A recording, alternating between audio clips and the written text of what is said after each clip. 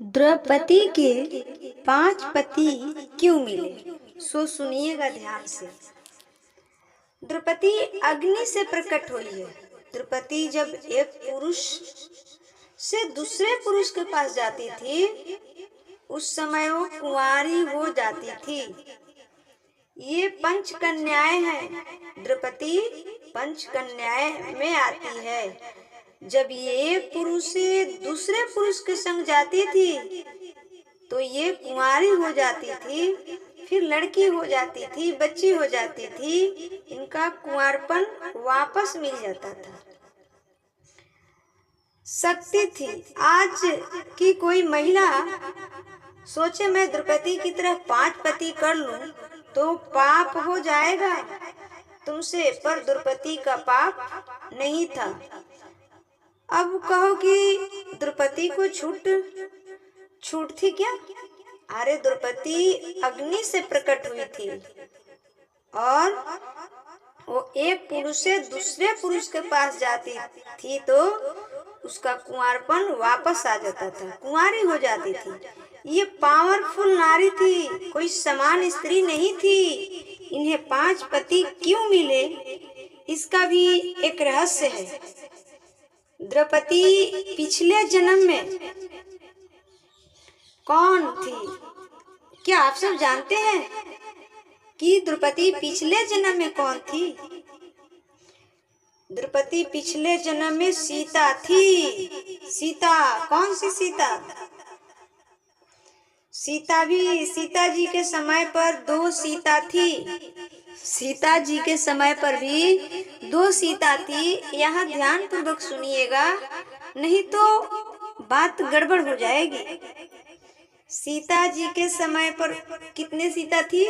2। एक सीता वो थी जो भगवान राम की पत्नी है। एक सीता वो थी जो भगवान राम की पत्नी है, और एक सीता वो है जिसको रावण चुरा कर ले गया है। तो क्या ये दोनों सीता अलग अलग है? हाँ, अलग अलग है। ये बात रामचरितमानस में लिखी है कि जब राम जी सीता से एक दिन बोले कि सीता, अब मैं रावण इत्यादि को मारूंगा, नाश करूंगा। एक काम करो, कुछ दिन के लिए अग्नि में वास करो, अग्नि में वास करो। तो जो असली सीता थी, उन्हें माता सीता को राम जी ने अग्नि में प्रवेश करा दिया। जो भगवान श्री राम की असली सीता थी, उसे भगवान श्री राम ने अग्नि में प्रवेश करा दिया था। ये बात रामचरितमानस में लिखी है। तुलसीदास जी, गोस्वामी तुलसीदास जी लिखे हैं, जब ले करू निशाचर नाशा, तब तक करो अग्नि में बासा। जब ले करू निशाचर नाशा, तब तक करो अग्नि में वासा। यहाँ राम जी ने कहा, हे सीते, मैं जब तक निशाचरों का नाश ना कर लूं, तब तक तुम अग्नि में वास करो। मैं अब निशाचरों का नाश करने जा रहा हूँ, तुम अग्नि में वास करो। तो सीता जी अग्नि में प्रवेश कर गई। असली वाली सीता जी कहाँ चली गई? अग्नि में। और जो अग्नि से सीता जी को जो परछाई थी, फोटो कॉपी, जैसे मैं हूँ और मेरा फोटो, मैं हूँ और मेरे फोटो, जैसे मैं अभी यहाँ हूँ और मेरा फोटो जिसके पास होगा वो भी देख सकता है, मोबाइल पे है, आप जहाँ है वहां से देख सकते हैं। वैसा ही सीता माता का फोटो कॉपी, फोटो अलग हुआ और असली वाली अलग हुई। तो रावण ने जिन सीता को चुराया था, वो असली सीता नहीं थी। असली सीता को रावण चुरा सकता था क्या? वो वहीं जलकर भस्म हो जाता। तो भगवान ने सोचे कि यदि रावण चुराने तो आएगा ही आएगा, यदि असली सीता को रख देते हैं तो रावण वहीं जलकर भस्म हो जाता, तो सिर्फ एक रावण का नाश होता। ठीक है, वो सीता की परछाई थी, माता सीता की परछाई थी वो। असली सीता को कैसे चुरा सकता रावण? वो तो जगत जननी थी, वो तो दृष्टि मात्र से भस्म हो जाता। रावण वो सीता जी की परछाई तुल्य थी, जिसे रावण लेकर गया था। इसलिए राम जी जब रावण को मारे और सीता जी ली, जिसे आप लोग कहते हैं कि अग्नि परीक्षा राम ने ली, वो अग्नि परीक्षा नहीं, एक्चुअली वो सीता की वापसी थी।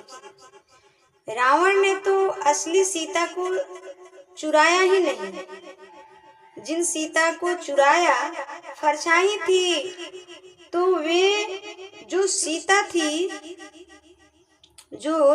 थी उस जिस सीता को रावण ने चुराया, जब वो रावण के पास से आई तो राम जी से उन सीता ने कहा कि भगवान आप मुझे किस रूप में स्वीकार करेंगे? ये मत सोचिएगा कि द्रौपदी की कहानी कह के मैं सीता की कहानी सुना रही हूँ, ऐसा कुछ नहीं है। सुनिएगा ध्यान से, बहुत रहस्यमय बात है। किस रूप में हमें स्वीकार करेंगे? भगवान ने कहा मैं तुम्हें बहन के रूप में स्वीकार करूंगा। वहां अग्नि जलाई गई, वो अग्नि से जो सीता निकली थी, जो प्रकट हुई थी अग्नि से, वो अग्नि में समाई और वहां से जो राम जी के असली सीता थी वो प्रकट हुई। फिर वही अग्नि की सीता द्वापर युग में अग्नि से प्रकट हुई और द्रौपदी बनी। क्या बनी? द्रौपदी के रूप में प्रकट हुई और उन्हें भगवान ने अपनी बहन बनाया है। ये द्रौपदी की कथा है, ये द्रौपदी के प्रकट्य की कथा है, जन्म की कथा है। तो ये सीता माता का रूप, वो सीता जो रावण चुरा कर ले गया था। ठीक है, समझ में आ गया ना? कोई संदेह हो तो कमेंट में आप पूछ सकते हैं। अच्छा, कोई भी संदेह हो तो आप कमेंट में पूछ सकते हैं। ठीक है, कोई भी डाउट हो तो। शंकर जी का इन्होंने जप किया था, किन्होंने? द्रौपदी माता ने। माता द्रौपदी ने पिछले जन्म में तो शंकर जी से इन्होंने कहा था कि ऐसा पति मिले जो बड़ा धर्मात्मा हो, धनुधर हो, ऐसा पति मिले जो बड़ा बलवान हो, ऐसा पति मिले जो बड़ा ये हो वो हो।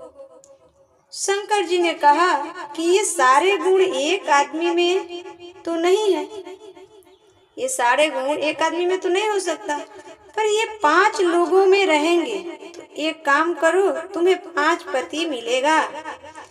मैंने जो कहा था कि द्रौपदी माता के 5 पति क्यों, उस प्रश्न का आंसर यहाँ है, ध्यान पूर्वक सुनिएगा। तुम्हें 5 पति मिलेंगे, शंकर जी ने वरदान दिया। इसलिए जो द्रौपदी ने मांगा था कि उन्हें 5 गुण वाले पति चाहिए, जिनके ये 5 गुण हो, दुनिया का सर्वश्रेष्ठ धनुधर हो, दुनिया का सर्वश्रेष्ठ धर्मात्मा हो और दुनिया का सर्वश्रेष्ठ बलशाली हो, दुनिया का सर्वश्रेष्ठ सुंदर हो। इसलिए धर्मराज युधिष्ठिर धर्मात्मा थे, भीम भैया बलशाली थे, अर्जुन गांडीधारी थे, नकुल बहुत सुंदर थे, नकुल और सहदेव बहुत सुंदर थे, अत्यधिक सुंदर थे। ऐसी 5 चीजें द्रौपदी माँ ने मांगी थी। तो शंकर जी ने कहा ये 5 एक आदमी में तो नहीं होगा और तुम्हें 5 पति मिलेंगे। तुम्हें कितने पति मिलेंगे? 5 पति मिलेंगे। भगवान शंकर जी ने वरदान दिया था माता द्रौपदी के 5 पति मिलने का। और माता द्रौपदी कोई समान स्त्री नहीं है। समान स्त्री कभी मत समझिएगा। आजकल के महिलाएं सोचे कि हम भी 5 पति कर लें तो क्या बिगड़ेगा, तो बहुत बहुत बहुत पाप हो जाएगा। इसलिए माता द्रौपदी का प्रकट अग्नि से हुआ है। यदि आप भी अग्नि से प्रकट हुए हैं तो 5 क्या 10 कर लीजिए, कोई दिक्कत नहीं है। लेकिन हम सब माँ के योनियों से प्रकट होते हैं, लेकिन माता द्रौपदी अग्नि से प्रकट हुई है। इसलिए माता द्रौपदी पावरफुल स्त्री है। माता द्रौपदी कौन है? पावरफुल स्त्री है। तो भगवान शंकर ने वरदान दिया कि तुम्हें 5 पति मिलेंगे। इसके कारण उन्हें 5 पति की प्राप्ति हुई। युधिष्ठिर, भीम, अर्जुन, नकुल और सहदेव। तो द्रौपदी के 5 बच्चे थे। उन 5 बच्चों को अस्थामा ने मारा। उन 5 बच्चों को किसने मारा? अस्थामा ने मारा। तो यहाँ बात थी कि द्रौपदी के 5 पति क्यों मिले। इस प्रश्न का आंसर मैं उम्मीद करती हूँ कि आप सभी को बहुत बढ़िया से मिल गया होगा। यदि इसमें भी कोई संशय है, किंतु परंतु है, तो आप निसंकोच कमेंट में पूछ सकते हैं। मैं बताने के लिए अपने बुद्धि के अनुसार तैयार हूँ। लेकिन विनती है आज के महिलाओं से, आज के पुरुषों से, आज के युवा साथियों से, कि लोग बार बार क्वेश्चन उठाते हैं कि माता द्रौपदी के 5 पति क्यों। तो माता द्रौपदी पावरफुल स्त्री है। वो अपना कुंवारपन वापस ला लेती है। वो अग्नि से प्रकट हुई है। आप और हम माँ के योनियों से प्रकट होते हैं, जबकि द्रौपदी माता अग्नि से प्रकट हुई है। तो माता द्रौपदी की तुलना किसी भी मनुष्य से नहीं किया जा सकता है। आज की वो कोई सामान्य स्त्री नहीं थी। माता द्रौपदी हुई, अहिल्या हुई, मदोदरी हुई इत्यादि, ये सब कोई समान स्त्री नहीं है। समान दृष्टि से देखना भी पाप लग जाएगा इन स्त्रियों को।